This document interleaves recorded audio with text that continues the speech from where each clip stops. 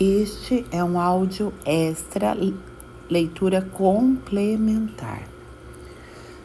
No dia 32, Padre Daniel Ribeiro explica Levíticos de 1 a 3 e sugere que quem queira leia Levíticos de 8 a 11. Neste momento, eu estarei fazendo a gravação para corresponder ao dia 32 do Padre Daniel.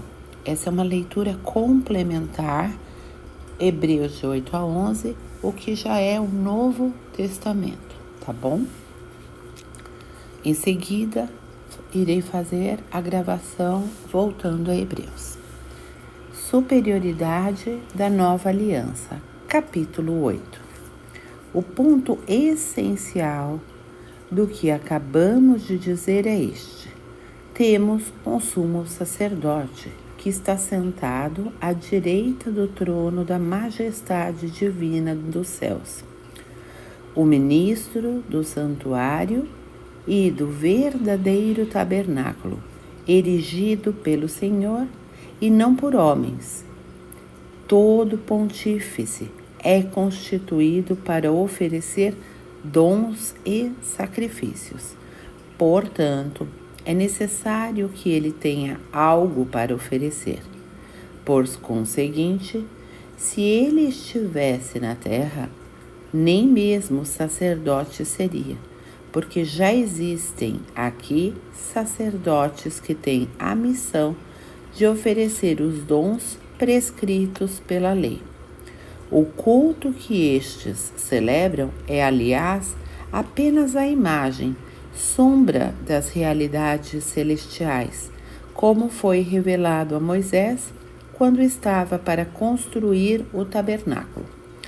Olha, foi-lhe dito, faze todas as coisas conforme o modelo que te foi mostrado no monte. Êxodo 25 a 40. Ao nosso sumo sacerdote, entretanto, compete ministério tanto mais excelente quanto ele é mediador de uma aliança mais perfeita, selada por melhores promessas.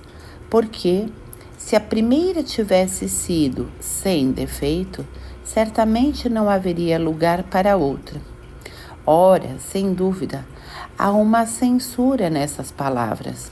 Eis que virão dias, oráculo do Senhor, em que estabelecerei com a casa de Israel e com a casa de Judá uma aliança nova. Não como a aliança que fiz com os seus pais no dia em que os tomei pela mão para tirá-los da terra do Egito. Como eles não permaneceram fiéis ao pacto, eu me desinteressei deles, oráculo do Senhor. Mas essa é a aliança que estabelecerei com a casa de Israel. Depois daqueles dias, imprimirei as minhas leis no seu espírito e as gravarei no seu coração. Eu serei seu Deus e eles serão meu povo. Ninguém mais terá que ensinar ao seu concidadão, ninguém a seu irmão, dizendo: conhece o Senhor, porque todos me conhecerão, desde o menor até o maior.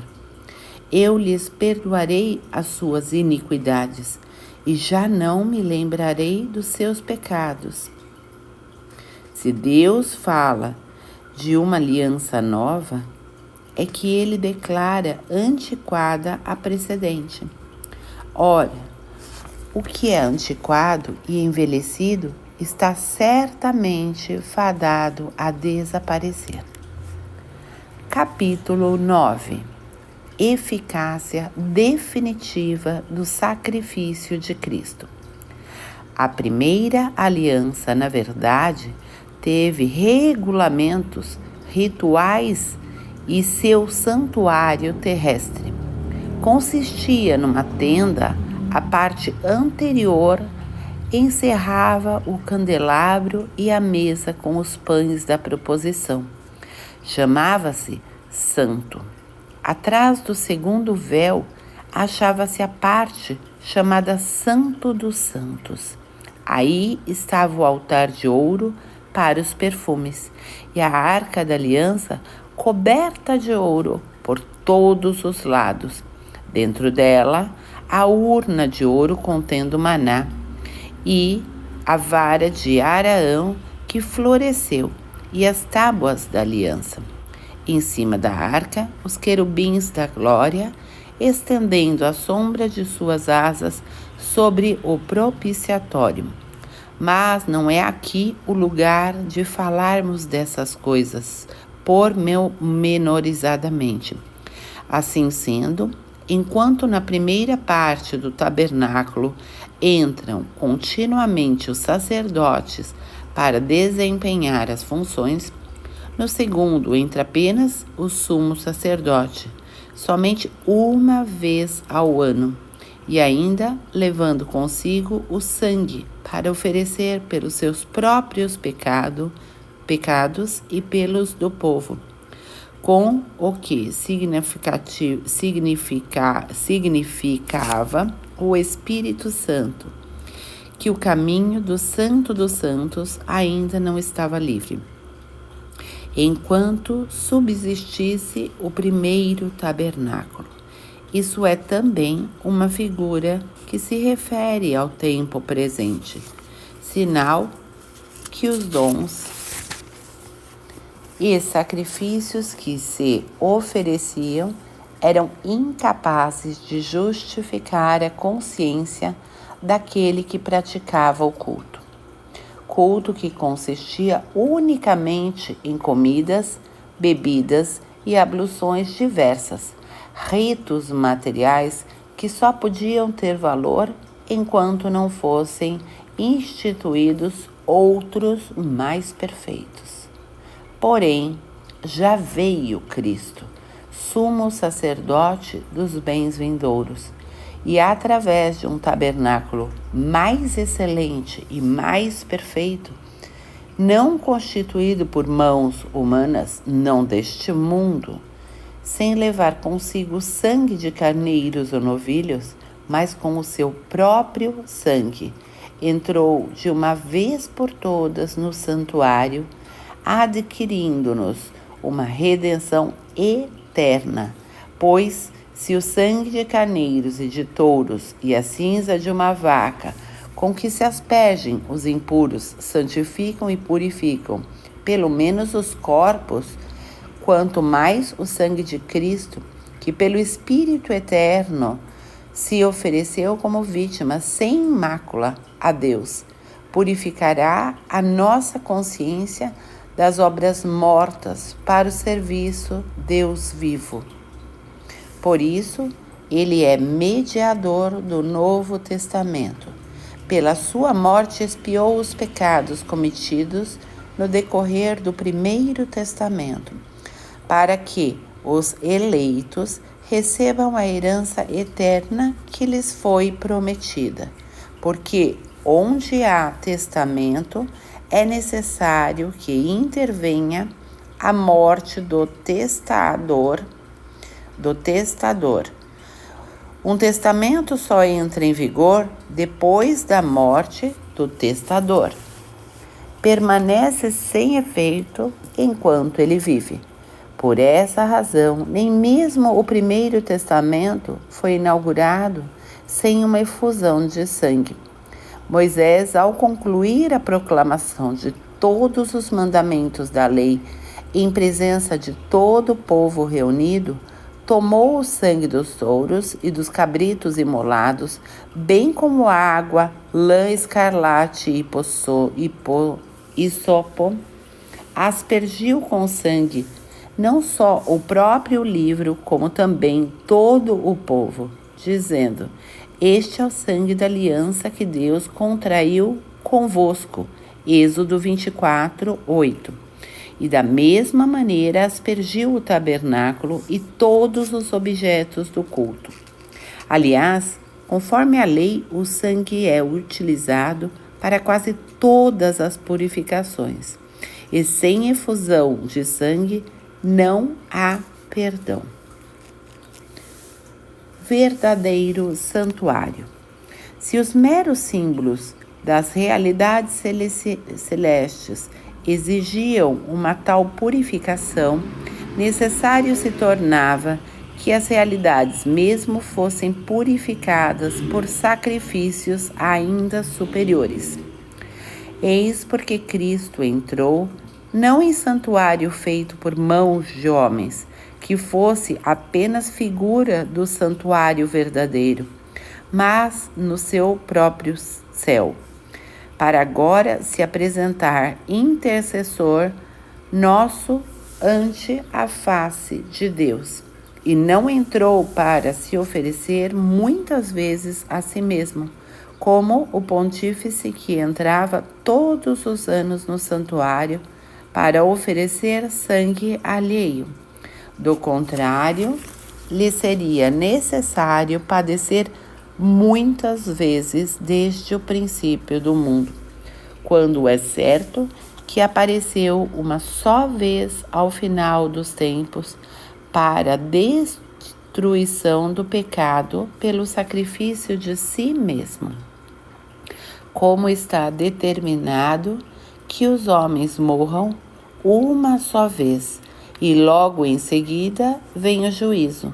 Assim, Cristo se ofereceu uma só vez para tomar sobre si os pecados da multidão e aparecerá uma segunda vez, não porém em razão do pecado, mas para trazer a salvação àqueles que o esperam.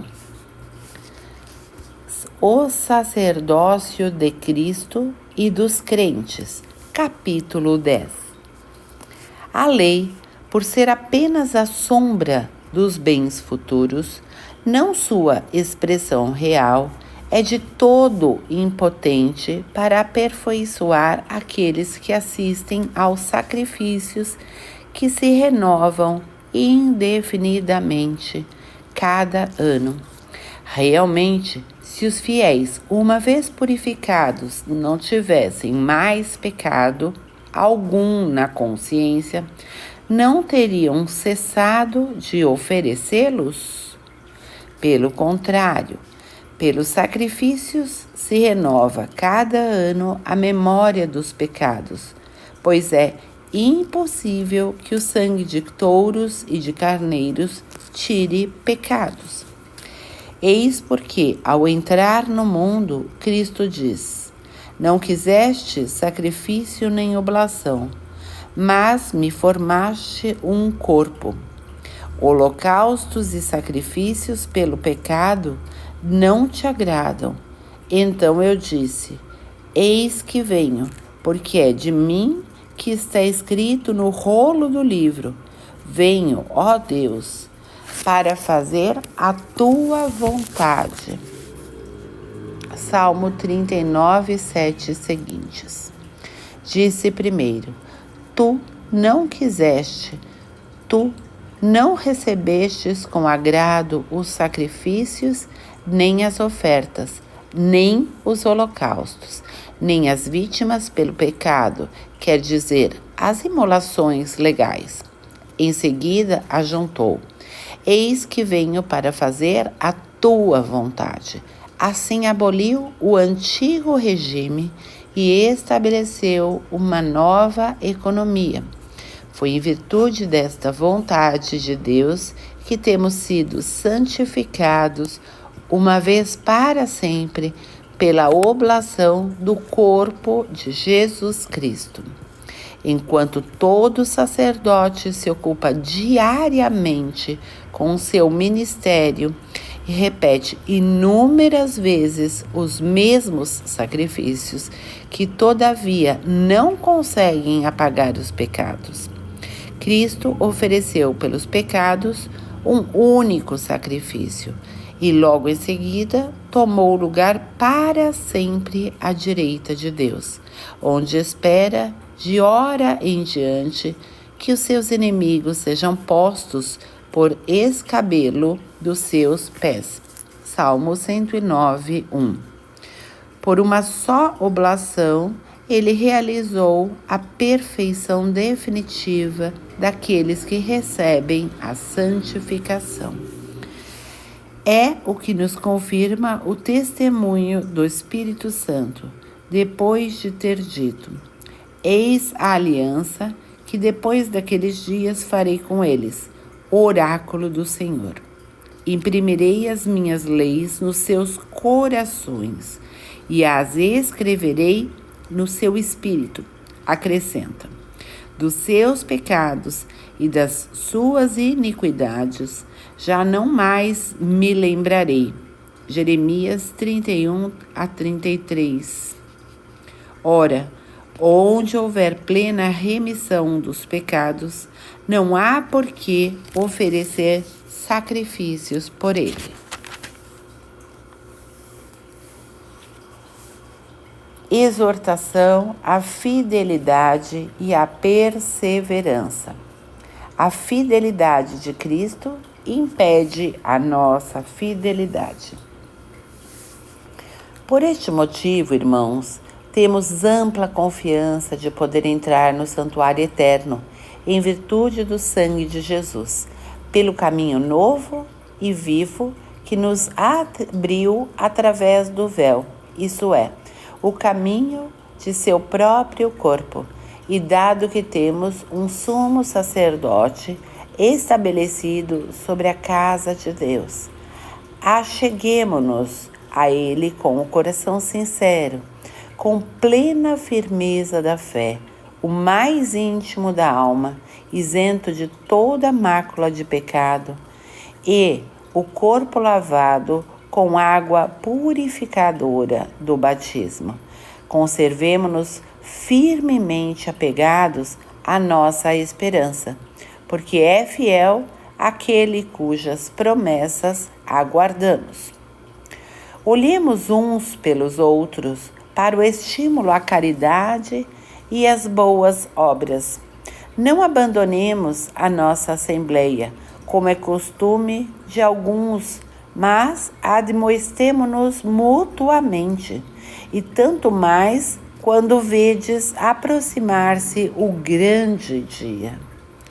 Depois de termos recebido e conhecido a verdade, se a abandonarmos voluntariamente, já não haverá sacrifício para expiar este pecado. Só teremos que esperar um juízo tremendo e o fogo ardente que há de devorar os rebeldes. Se alguém transgredir a lei de Moisés, isso é, provado com 2 ou 3 testemunhas, deverá ser morto sem misericórdia. Quanto pior castigo julgais que merece quem calcar aos pés o Filho de Deus, profanar o sangue da aliança em que foi santificado e ultrajar o Espírito Santo, autor da graça. Pois bem, sabemos quem é que disse: minha é a vingança, eu o exercerei. Deuteronômios 32-35. E ainda, o Senhor julgará o seu povo. Salmo 134:14. É horrendo cair nas mãos do Deus vivo. Lembrai-vos do dia de outrora, logo que fostes iluminados. Quão longas e dolorosas lutas sustentastes. Seja tornado-vos alvo de toda espécie de opróbios e humilhações. Seja tomando moralmente parte nos sofrimentos daqueles que os tiveram que suportar. Não só vos compadecestes dos encarcerados, mas aceitastes com alegria a confiscação dos vossos bens, pela certeza de possuirdes riqueza muito melhores e imperecíveis. Não percais essa convicção a que está vinculada uma grande recompensa, pois vos é necessária a perseverança para fazer a vontade de Deus e alcançardes os bens prometidos. Ainda um pouco de tempo, sem dúvida, bem pouco, e o que há de vir virá e não tardará. Meu justo viverá da fé, porém, se ele desfalecer, meu coração já não se agradará dele. Não somos absolutamente de perder o ânimo para nossa ruína. Somos de manter a fé para a nossa salvação. Exemplo dos heróis do Antigo Testamento, capítulo 11. A fé é o fundamento da esperança. É uma certeza a respeito do que não se vê. Foi ela que fez a glória de nossos antepassados. Pela fé, reconhecemos que o mundo foi formado pela palavra de Deus e que as coisas visíveis se originam do invisível. Pela fé, Abel ofereceu a Deus um sacrifício bem superior ao de Caim e mereceu ser chamado justo, porque Deus aceitou as suas ofertas. Graças a ela é que, apesar de sua morte, ele ainda fala. Pela fé, Enoque foi arrebatado sem ter conhecido a morte, e não foi achado, porquanto Deus o arrebatou. Mas a Escritura diz que, antes de ser arrebatado, ele tinha agradado a Deus. Gênesis 5, 24. Ora, sem fé é impossível agradar a Deus, pois para se achegar a Ele é necessário que se creia, primeiro, que Ele existe e que recompensa os que o procuram. Pela fé na palavra de Deus, Noé foi avisado a respeito dos acontecimentos imprevisíveis, cheio de santo temor. Construiu a arca para salvar sua família. Pela fé, ele condenou o mundo e se tornou o herdeiro da justificação mediante a fé. Foi pela fé que Abraão, obedecendo ao apelo divino, partiu para uma terra que devia receber em herança, e partiu não sabendo para onde ia.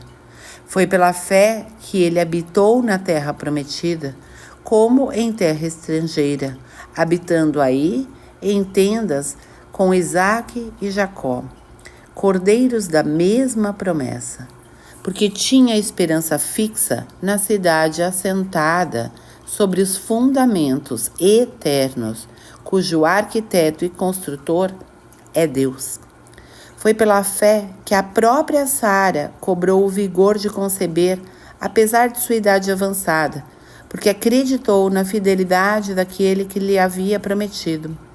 Assim, de um só homem quase morto, nasceu uma posteridade tão numerosa como as estrelas do céu e inumerável como os grãos de areia da praia do mar. Foi na fé que todos nossos pais morreram, embora sem atingir o que lhes havia sido prometido. Viram-no e saudaram de longe, confessando que eram só estrangeiros e peregrinos sobre a terra. Gênesis 23, 4. Dizendo isso, declaravam que buscavam uma pátria e se referissem àquela de onde saíram, ocasião teriam de tornar a ela. Mas não. Eles aspiravam a uma pátria melhor, isso é, a celestial. Por isso, Deus não se dedigna de ser chamado o seu Deus. De fato, Ele lhes preparou uma cidade. Foi pela fé que Abraão, submetido à prova, ofereceu Isaque, seu único filho, depois de ter recebido a promessa e ouvido as palavras: uma posteridade com o teu nome te será dada em Isaque. Gênesis 21, 12. estava ciente de que Deus é poderoso até para ressuscitar alguém dentre os mortos. Assim, ele conseguiu que seu filho lhe fosse devolvido. E isso é um ensinamento para nós. Foi inspirado pela fé que Isaac deu a Jacó e a Esaú uma bênção em vista de acontecimentos futuros. Foi pela fé que Jacó, estando para morrer, abençoou cada um dos filhos de José e venerou a extremidade do seu bastão. Foi pela fé que José, quando estava para morrer, fez menção da partida dos filhos de Israel e dispôs a respeito dos seus despojos. Foi pela fé que os pais de Moisés, vendo nele uma criança encantadora, o esconderam durante 3 meses e não temeram o edito real. Foi pela fé que Moisés, uma vez crescido, renunciou a ser tido como filho da filha do faraó, preferindo participar da sorte infeliz do povo de Deus, a fruir dos prazeres culpáveis e passageiros. Com os olhos fixos na recompensa, considerava os ultrajes por amor de Cristo como um bem mais precioso que todos os tesouros dos egípcios. Foi pela fé que deixou o Egito, não temendo a cólera do rei, com tanta segurança como estivesse vendo o invisível. Foi pela fé que mandou celebrar a Páscoa e aspergir os portais com sangue, para que o anjo exterminador dos primogênitos poupasse os dos filhos de Israel. Foi pela fé que os fez atravessar o Mar Vermelho, como por terreno seco, ao passo que os egípcios que se atreveram a persegui-los foram afogados. Foi pela fé que desabaram as muralhas de Jericó, depois de rodeadas por 7 dias. Foi pela fé que Raabe, a meretriz, não pereceu com aqueles que resistiram, por ter dado asilo aos espiãs. Que mais direis? Irá me falar o tempo. Se falar de Gedeão, Baraque, Sansão, Jefté, Davi, Samuel e dos profetas, graças à sua fé conquistaram reinos, praticaram a justiça, viram-se realizar as promessas, taparam bocas de leões, extinguiram a violência do fogo, escaparam a fio de espada, triunfaram de enfermidades, foram corajosos na guerra e puseram em debandada exércitos estrangeiros. Devolveram vivos às suas mães os filhos mortos. Alguns foram torturados por recusarem ser libertados, movidos pela esperança de uma ressurreição mais gloriosa. Outros sofreram escárnio e açoites, cadeias e prisões. Foram apedrejados, massacrados, serrados ao meio, mortos a fio de espada. Andaram errantes, vestidos de pele de ovelha e de cabra, necessitados de tudo, perseguidos e maltratados, homens de que o mundo não era digno. Refugiaram-se nas solidões das montanhas, nas cavernas e em antros subterrâneos. E, no entanto, todos estes mártires da fé não conheceram a realização das promessas, porque Deus, que tinha para nós uma sorte melhor, não quis que eles chegassem sem nós à perfeição da felicidade. No próximo áudio, escutaremos a palavra novamente, acompanhando o cronograma do Padre Daniel Ribeiro.